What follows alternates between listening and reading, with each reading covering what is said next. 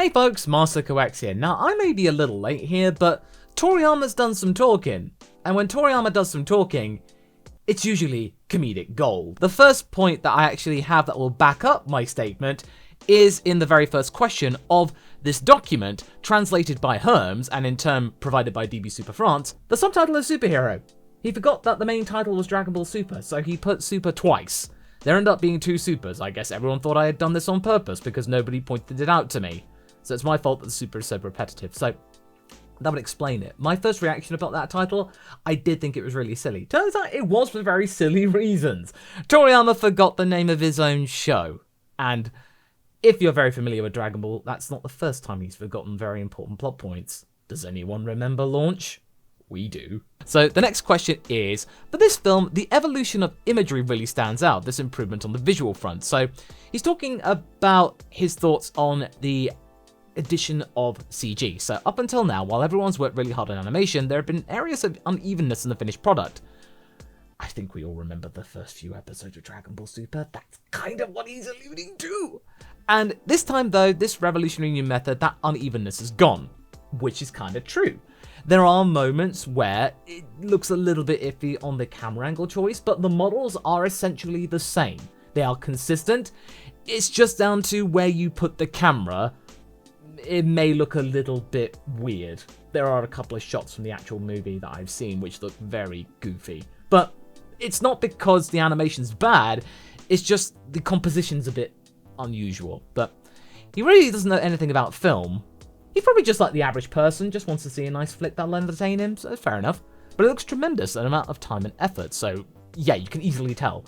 Dragon Ball Super Superhero was not done for budgetary constraints, it was done as an artistic choice. So the next question is, what do you think of first when you have a follow-up to the film Dragon Ball Super Broly? Toriyama talks about it focused on battles of next level strength. If we just kept going on like that and made the next movie another battle film, it seemed like we lose Dragon Ball's cheerful spirit. Exactly.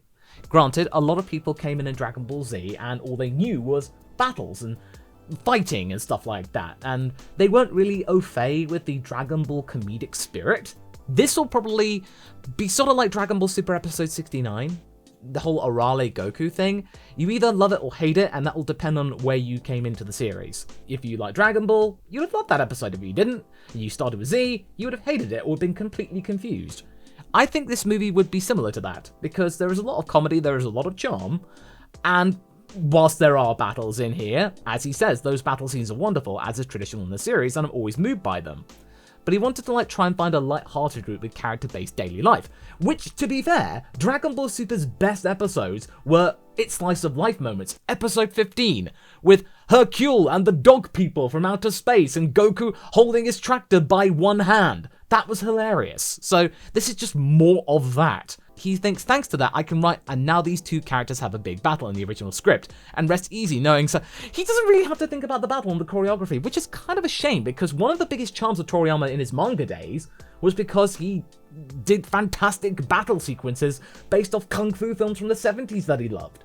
But the fact that he's not really relying on that solely, and he's not coming up with that himself, that admittedly is some of the charm of the old Dragon Ball being lost. He's naturally hyping up his own movie for his own property, Dragon Ball, but he seems to be genuinely excited because the Toriyama as of late has been really apathetic about everything. He's a social recluse, he doesn't really seem to be excited about many things anymore, he writes bullet points, but having seen this product, he genuinely seems like he's having a good time and that he's pleased with it. And what we need as a fandom is for the creator of the series to be jazzed about their own product. So what was his aim in featuring Gohan, Piccolo and the Red Ribbon Army? To prove that Gohan was actually stronger than anyone, or so it said, but lately he hasn't really gotten a chance to shine. I wonder why, Toriyama? You lost impetus at the Buu Saga because you couldn't think of anything. It needed 30 years to try and think of something, and boom, Toriyama's found it. Better late than never, I suppose. So in order to motivate Gohan, it takes his revered teacher Piccolo rather than his father Goku.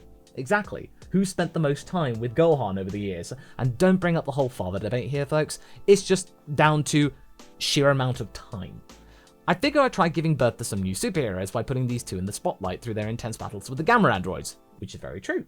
And as for the Red Ribbon Army, it didn't seem so scary back when I drew the original series. But exactly, it was more of like a goofy organization. The main threats of the Red Ribbon Army were Major Metallotron and Mercenary Tao, who wasn't really part of the Red Ribbon Army, he was hired by them. So I can understand that. So he wanted to have some kind of hybrid of the two, to remind themselves of the wackiness of the old Dragon Ball, whilst also keeping something true to modern standards. So I think that's what he's done here. So in this movie, we see Piccolo's daily life and some unexpected parts of his personality. Is there any more backstory beyond what's featured in the film? Piccolo is a rather complex character. Really? Most Namekians are sage types and fighting types like Piccolo Red, Warrior Clan, Dragon Clan, so he's being about that. They're still a very mysterious race, so they can be a bit of a headache, even for me, the original creator. I mean, there's not really much to it, but I suppose really the whole dark Namekians he might have remembered from his time on Dragon Ball Online, so okay, fair enough. Gohan and his family offered to let Piccolo live with them, but he chose to live in the nearby mountains instead, since he likes quiet places, which is very true. He likes to go off and meditate by waterfalls, ideally. Living next to the water is a Namekian's natural habitat, there you go. For some reason they don't teeth, yet only drink water. They can eat food, they just don't need to. That's the main reason.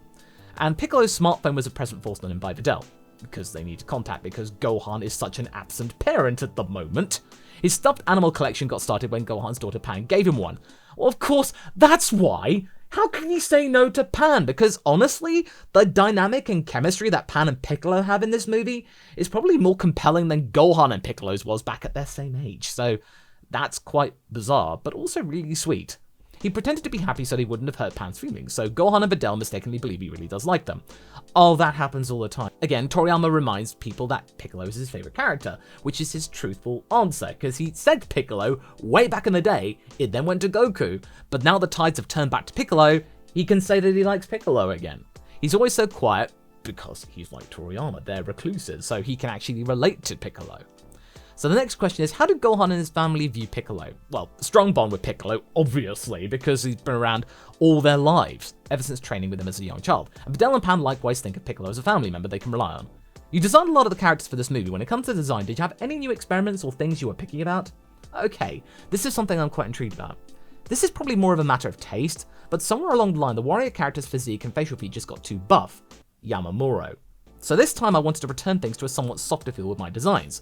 He's been doing a lot of that lately. The last 10 years or so, the Dragon Ball sketches that Toriyama's created have been a lot more lean, a little bit more fluid, so he's trying to dial back the muscular tone, which has sort of become a trope of Dragon Ball, almost an exaggerated feature, and something that is kind of mocked by the wider fandom outside of Dragon Ball. So it's good to know that he wants to dial that down a bit. Actually, I also designed the enemy base, but then they suggested something far more amazing for it. Herms did another thing, and this is like the Red Ribbon Army base, because this is from the director. This is probably going off of Toriyama's comments. Based in this movie expands upon the base which Toriyama sensei drew. I based it around my favorite American designs from the 60s and 70s, so typical Bond villain locales. So I'm really glad for all the things they did that went beyond my imagination. This movie is full of images like that, so he feels like he's got a really good rapport with the creators behind Dragon Ball Superhero, that they kind of actually gel and sort of bring to life his ideas where he wouldn't have been able to do so otherwise, so good dynamic here. Piccolo's never removed his shoes in any of the series so far. What do his feet look like? Huh? He's never taken off his shoes? That's a bit of a curveball question, so yeah, he just says they're like Earth feet but with black toenails. There you go. The characters you designed were animated using a different method than before. First, their models were created, then motion was added. What was it like watching that process? So he's asked about the behind-the-scenes stuff. The major portions of the main characters were rechecked and edited countless times. I didn't see the process after that, but it was very emotional to see the lifelike movements of the characters. So he provided the basic initial steps, then they went off to do their magic, he then saw the finished product and was like, wow, that's really good. Then he's asked his opinion of the director Kodama. He's never met him in person because probably Toriyama never went into the office. He was most likely sent dailies and stuff like that to his house so he wouldn't have to go anywhere. But he got a good feel of his fastidiousness, Kodama, and sense of style through his editor, so Akio Iyoku, so his second right-hand man, probably was dealing with it on the daily, then would pass it to Toriyama, then back to Iyoku, who would then pass it to Kodama. So it was sort of like a middleman, but that's pretty much what happens these days. Iyoku pretty much is his mouthpiece. When I saw the moving images for the first time, I was particularly surprised by the composition, presentation, movement, and the rain scene. That's the fight between Gamma 1 and Gohan, so the fact that you're able to do all the animation and choreography in the rain is actually really impressive. Nowadays, it isn't so hard to replicate in 2D animation because you can usually use After Effects to composite rain on top. But the fact that the rain is coming down and you can use CG cameras to go around it, you don't have to... You can actually make the rain sort of be really immersed because it's moving at the same time as the characters. So he then is asked about the birth of Gammas 1 and 2, and what are your thoughts for designing in them? So, okay, the Gamma androids were created by the brilliant Dr. Hedo, whose dream was a cliche hero to appear. Think Ultraman. These slightly old-fashioned designs are the embodiment of what I imagine heroes to be like when I was young. Again, Ultraman. But people have already seen the movie once, which they pay attention to the second time. The anime from 2013 onward has been a casual continuation of my original manga. So for him, he feels like it's a casual continuation. So it's like, it's not a steadfast continuation. So this could confuse people and bring up the whole canon, not canon debate thing. So pinch of salt with that one. That could be translator error, although Herms is actually really good. For the first time Dragon Ball viewer, it might be a little hard to figure out the various character relationships. They might need to learn about a series a bit beforehand. So it's really for the fans. But for those who already know the series, the content should be simple enough to grasp after a single viewing. So for the second viewing, just enjoy the actions and maybe look for smaller things. So he's considering Battle of Gods and Resurrection F, the two movies, to be technically the beginning of the anime. So really, you could say that these movies are more canon than the previous DBZ movies, according to Toriyama's point of view. So take these things with a pinch of salt, folks. We then have a couple of more things after the movie came out. So he's finally been able to see the completed movie, and he thinks it's an amazing animated film. So he's the original author, so perhaps it's not too convincing me to say stuff like this. So he's aware of people being a bit like, you bigging up your own thing? Wow, what a surprise. But even so, he got carried away watching it. I may be an old man, but I got really excited. That's very good to hear. Prior to this, the stories have taken place out in space or other large-scale settings like that, so this time I wanted to bring things back to their roots and set the story on only a small location of Earth. Prior to this, the stories have taken place out in space or other large-scale settings like that, so this time I wanted to bring things back to their roots and set the story in only a small area of Earth. So that's really good. He wants to dial it back down and make an Earth-based threat. What's more, the enemy is the Red Ribbon Army, who didn't make much of a splash back during the manga's original serialization. Yeah, they were sort of like a one-and-done thing. Goku actually could just breeze right through them. So this is sort of kind of enhancing that, as well as the Android saga. And to top it off, Goku and Vegeta aren't the leads. That's a big deal, folks. Goku and Vegeta are not carrying the story. He's relying on Gohan and Piccolo to do it, and honestly, from what I've seen, they can do it. They really can. Essentially, what Toriyama's saying is that he wasn't quite sure whether he could make it work, but then Kodama came along, provided some good feedback and ideas, which meant that it could all gel well together. So this was a real group effort. So who knows what this movie might have been like if Toriyama and Yamamuro did the same thing, and Yamamuro sort of would just do what Toriyama did, or Toyotaro. So Kodama actually had the chutzpah to be able to actually speak his mind to Toriyama, and Toriyama just went with it. While the story might have been small scale by recent Dragon Ball standards, they managed to make it an amazing movie unlike any before, thanks to their rare flair and cutting edge imagery. The battles in the second half gave me goosebumps like the fight scene in the pouring rain, like we heard earlier. The skillful composition was so intense I went numb from adrenaline. Piccolo's so cool, and Gohan's so cool, and Gamma 1 and 2, everyone's just so cool. So I think he thinks the movie's cool. He's saying that this is the first time he's been this jazzed about a Dragon Ball product, so this could be big, folks. The fact that Toriyama is actually inspired by Dragon Ball after all this time, this movie has been able to show him what he can do. He might be more willing to allow other people to work with him. Kodama has actually given him the feeling to carry on. He might be able to come up with something new. The Gammas, from what I've seen, are really, really cool. And he thinks they're really cool.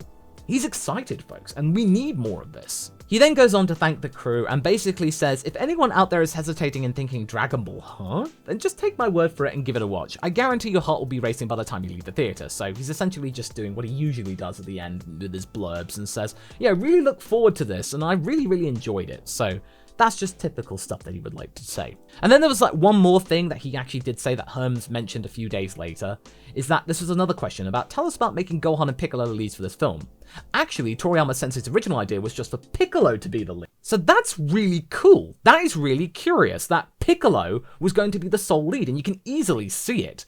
Like, the whole idea of Pan and Piccolo training and Piccolo going stealth mode in the Red Ribbon facility, you could easily have Piccolo just doing it on his own. But the fact that Piccolo and Gohan are so close together, Really, it makes sense. Akio Yoku then goes on to say that he insisted that Gohan be part of it, remembering that connection and bond that they have, so the two of them end up as co-stars. So, essentially, folks, Gohan wasn't really going to be involved in this movie, and considering that he wasn't involved at all in the Broly movie, that's kind of telling. The creatives seem to be much more open about collaboration, and collaboration is very important these days. You can easily come up with some really cool ideas, so there you go. Piccolo was actually going to be flying solo, but now Gohan came in clutch, as you've seen. But anyway, I thought I'd share this extra information with you. I know that a couple of other people have already done so, but I just wanted to add my own take to it. And honestly, Toriyama being this excited about something, it's something to be proud of. This movie has actually gotten a guy who is completely jaded, cynical, weary of Dragon Ball, loving it again. That's gonna be something to take into account when you go and see it in the theaters. We now find out that it's going to be out in theaters. We've got some release details from DB Hype about different places where it's going to be. August 19th is for the US, Canada, Ireland, and most English-speaking territories, including the UK. So I'm gonna try and see if I can get tickets for the 19th, and I'll let you know where I actually go and see it, so we can actually all meet up and stuff. But yeah, there you go. More things about Dragon Ball Super Superhero.